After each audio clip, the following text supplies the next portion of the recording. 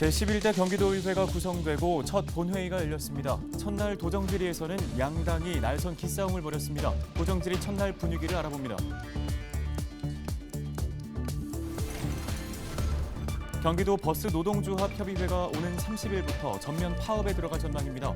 버스노조는 20일 파업 찬반 투표를 진행한 결과 97.3%가 찬성했다고 밝혔습니다. 의정부시가 오는 24일부터 자원 회수시설 가동을 일시 중단합니다. 시는 시민들에게 이 기간 배출 쓰레기를 줄여달라고 당부했습니다. 천일홍 축제로 유명한 양주 나리농원에는 천만 송이 천일홍이 활짝 펴 축제를 기다리고 있습니다. 가을꽃 향기를 전해드립니다.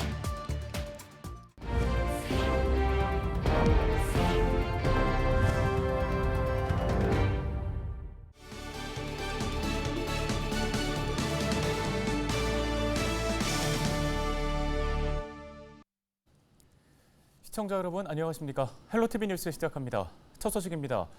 제11대 경기도의회가 구성되고 첫 본회의가 열렸습니다.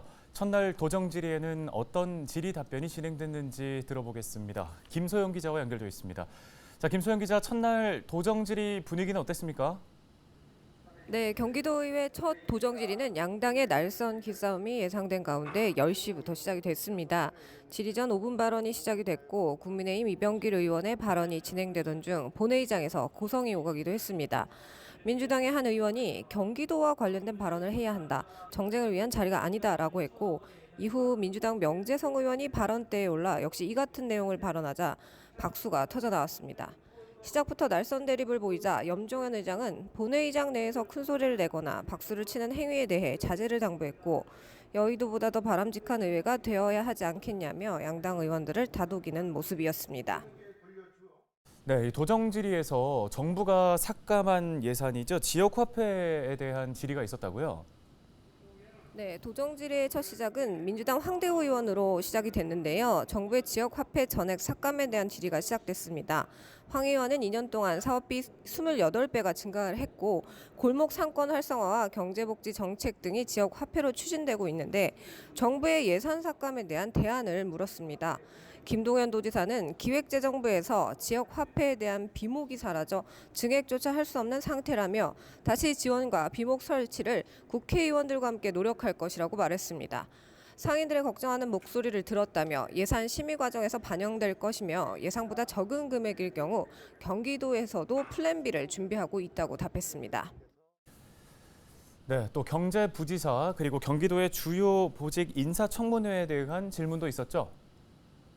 네, 국민의힘 지미현 의원이 질의에 나서면서 도정 파악에 대한 공격적인 질문이 시작됐습니다. 지사 취임 이후 전현직 경제부지사 논란을 시작으로 의회에 대한 소통을 지적했습니다.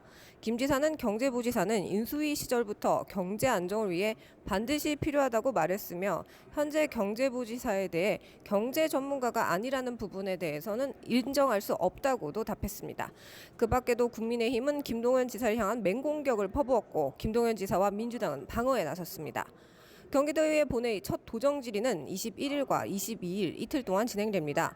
양당의 날선 공방은 계속될 것으로 보입니다.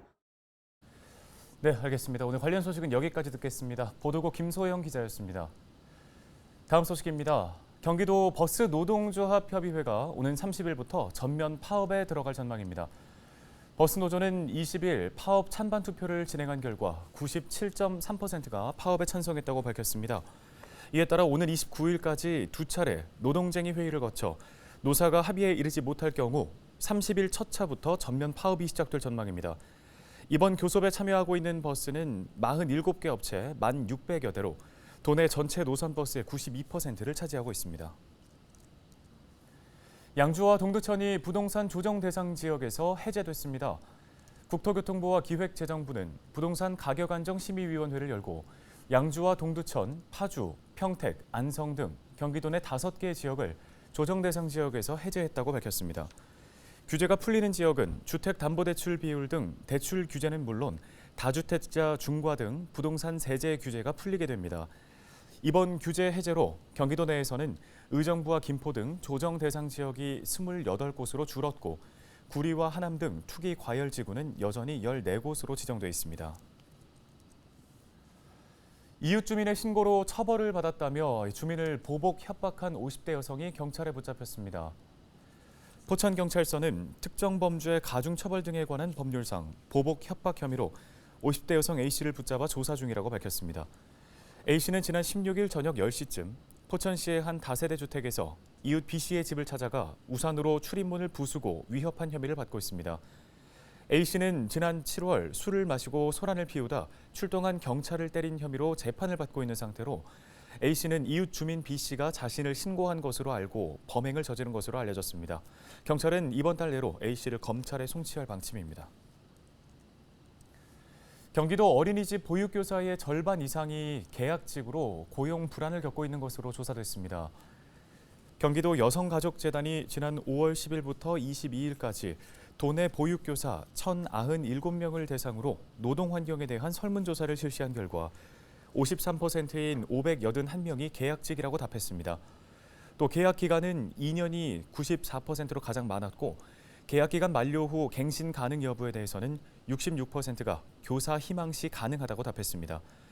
부당행위 경험에 대해서는 CCTV를 통한 감시가 195명으로 가장 많았고 부당 지시와 명예훼손, 폭언 등의 순으로 파악됐습니다. 경기도의 코로나19 신규 확진자가 11,604명 발생하면서 전날보다 1,712명이 줄었고 일주일 전보다는 14,000여 명이 감소했습니다. 시군별로는 수원시가 981명으로 가장 많은 가운데 의정부 311명, 양주 255명, 포천 145명, 동두천 75명, 연천 33명 등이 발생했습니다. 코로나19 전담병상 가동률은 28.9%로 전날보다 2.2%포인트 낮아졌고 중증 환자 병상 가동률도 24.7%를 기록하며 전날보다 3.2%포인트 떨어졌습니다. 요즘 아침 저녁으로 공기가 서늘하다 느낄 정도로 가을이 다가왔음을 실감케 합니다. 산과 들에는 가을꽃이 만개해 계절이 바뀌었음을 알리고 있는데요. 천일홍 축제로 유명한 양주 나리농원에는 천만송이 천일홍이 활짝 펴 축제를 기다리고 있습니다. 김호 기자가 가을꽃 향기를 전해드립니다.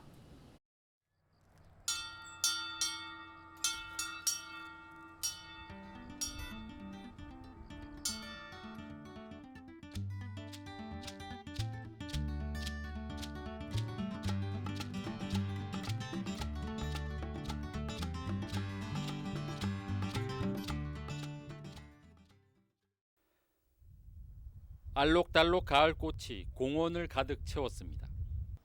꽃의 여왕 장미는 붉은 자태를 뽐내며 시민들의 눈길을 사로잡습니다. 들판에 펼쳐진 천만송이 천일홍은 장관을 연출합니다. 보랏빛, 연분홍빛의 영롱한 모습부터 눈 내린 들판을 보듯 하얀 빛까지 5빛깔의 천일홍은 보는 이들로부터 찬사를 자아냅니다.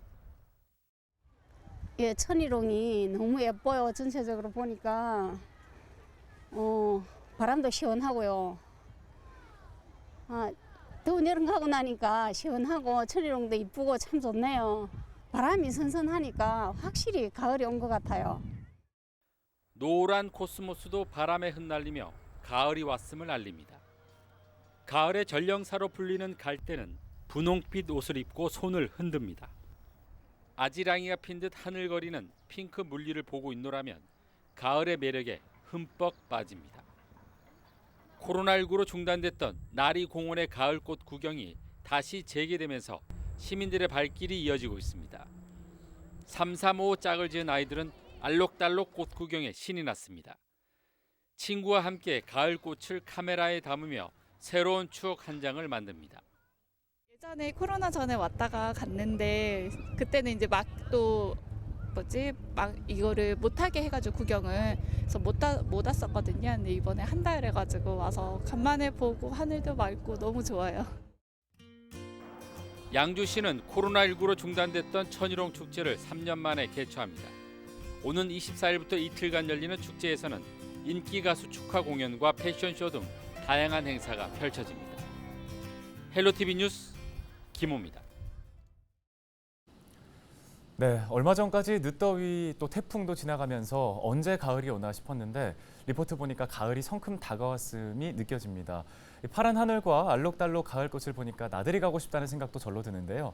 이번 주말에 양주 나리농원을 찾아서 천만송이 천일홍을 직접 감상해 보시는 것도 좋겠습니다.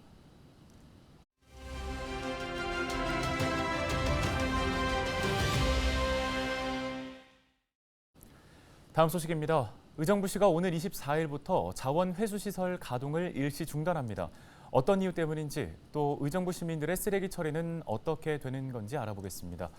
의정부시 생태도시사업소 자원순환과 자원순환시설팀 이길배 주무관 연결돼 있습니다. 안녕하십니까? 네, 안녕하세요. 네, 이 자원 회수 시설 가동이 일시 중단한다 들었습니다. 이유와 함께 또 중단 기간이 어느 정도 되는지 궁금한데요.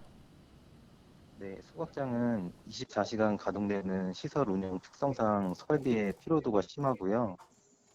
시설 첫 가동 이후에 20년이 넘는 기간 동안 운영 중에 있어서 사전에 노후화된 시설물이나 교체가 필요한 시설에 대해서 정비와 교체를 실시하기 위해서 1년에 2회 상하반기로 정기보수를 실시하고 있습니다.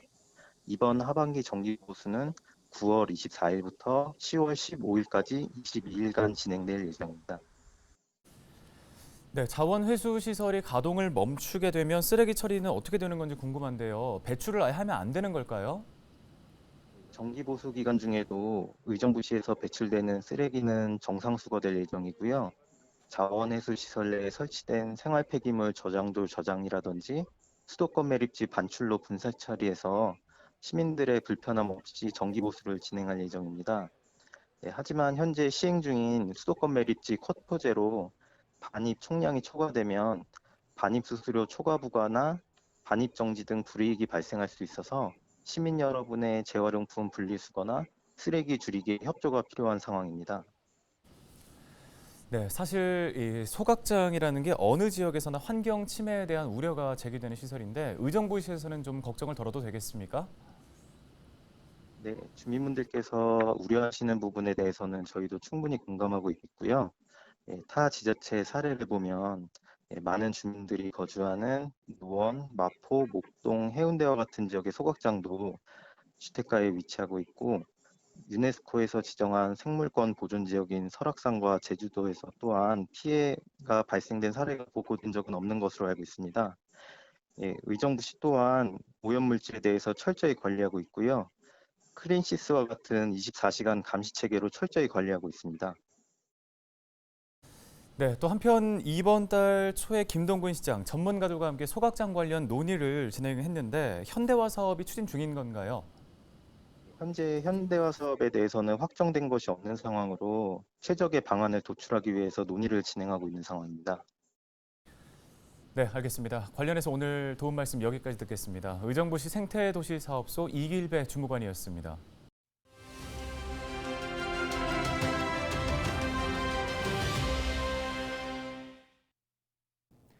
세입자가 집주인으로부터 전세금을 돌려받지 못하는 전세 사기 피해가 급증하고 있습니다. 집값이 갑자기 하락해 전세금을 반환해주지 못하는 사례도 있지만 의도를 가지고 전세 사기 행각을 벌이는 경우도 빈번합니다. 특히 신축 빌라와 오피스텔이 그 위험성이 큽니다. 세입자들이 정확한 시세 판단을 하기가 어렵기 때문인데요. 사회 경험이 적은 사회초년생, 신혼부부 등이 전세 사기 피해를 입고 있습니다. 전세 사기를 당하지 않기 위해선 우선 세입자의 주의가 필요합니다. 계약 전엔 현장을 확인해야 하고 시세보다 현저하게 저렴하다면 일단 의심하고 봐야겠죠. 계약 당사자가 실제 소유권자인지, 등기부상 선순위 채권은 얼마나 있는지, 등기부 등본을 확인해야만 합니다. 또 위반 불법 건축물인지 건축물 대장도 확인해보는 것이 좋겠습니다. 계약 후 5개월 이내에 임대 보증보험에 가입하는 것도 한 방법일 수 있겠는데요.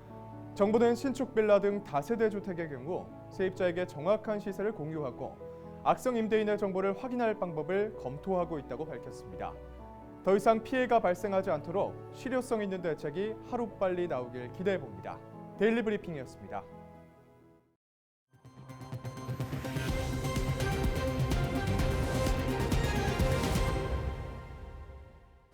뉴스 마칩니다. 고맙습니다.